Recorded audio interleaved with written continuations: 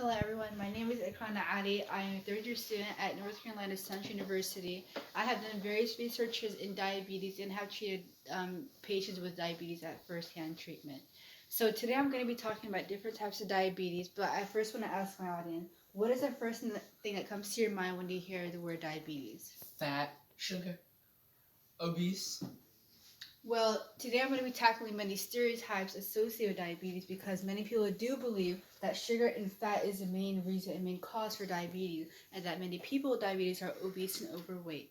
So, today I'm going to be talking about diabetes mellitus type 1, diabetes mellitus type 2, and diabetes insipidus. So, the first type of diabetes is diabetes mellitus type 1, and this one is congenital, which means it is acquired at birth.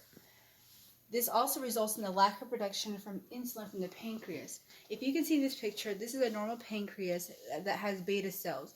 When a person ingests sugar or fat, their pancreas naturally produces insulin, which will lower their blood glucose levels. A person with type 1 diabetes does not have functioning beta cells. Therefore, they do not have any insulin production and their blood glucose levels are always high. These patients must always have insulin with them as a therapy for a lifelong treatment. This diabetes is not directed to glucose intake or fat intake because it is congenital, which means it is acquired at birth. The second type of diabetes is called diabetes mellitus type 2, and this one is usually acquired later in life. However, it is being seen more oftenly nowadays in young children because of the American diet. So what happens in the body of diabetes type 2? Well, the pancreas is actually perfectly functioning. It's just because the person is ingesting too much sugar and too much fat, so they're wearing and tearing their pancreas, so it doesn't have enough insulin production, so their blood glucose levels are always high. These patients, the best treatment for them is lifestyle modifications, which includes diet, exercise, and anti-diabetic agents. Moving on to the third type of diabetes, this one is called diabetes insipidus, and it has no direct correlation with sugar and fat intake. This one is a problem caused by the pituitary gland, which is in your brain, and also the kidneys, which are located here. So if you see this picture, this is a person with functioning pituitary gland and also functioning kidneys. Let's say, for example, you went to KFC and you had fried chicken for lunch, but you forgot to order yourself a beverage. Well, your body already knows that you are dehydrated and that you cannot afford to lose more fluid, but you also need to get rid of all the solute within you. So you end up going to the bathroom and only urinating a little bit, and that is a therapy. That is your body's natural mechanism, so you can stay in homeostasis, which is balance.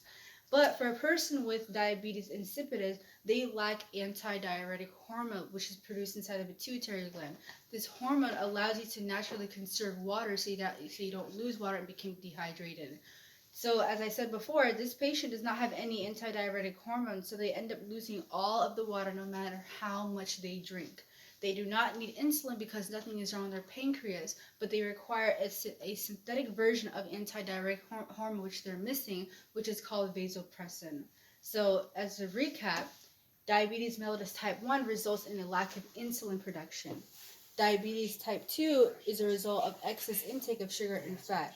Going back to diabetes mellitus type 1, patients require lifetime therapy of insulin and they cannot live without it. At the same time, they do require intake of sugar daily to balance that intake of sugar and that excretion of sugar.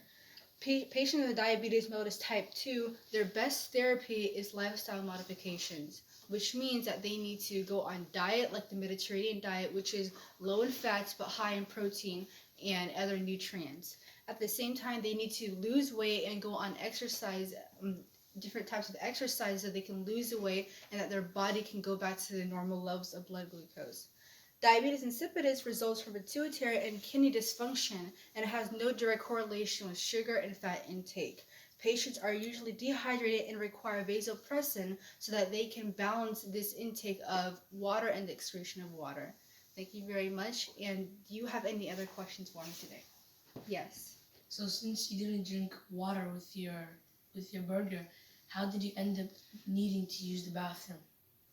That's a great question. So, when your body your body actually has this hormone called antidiuretic hormone, as I mentioned before, which makes you concentrate your urine so that you don't excrete all this urine inside your body. Thank you very much.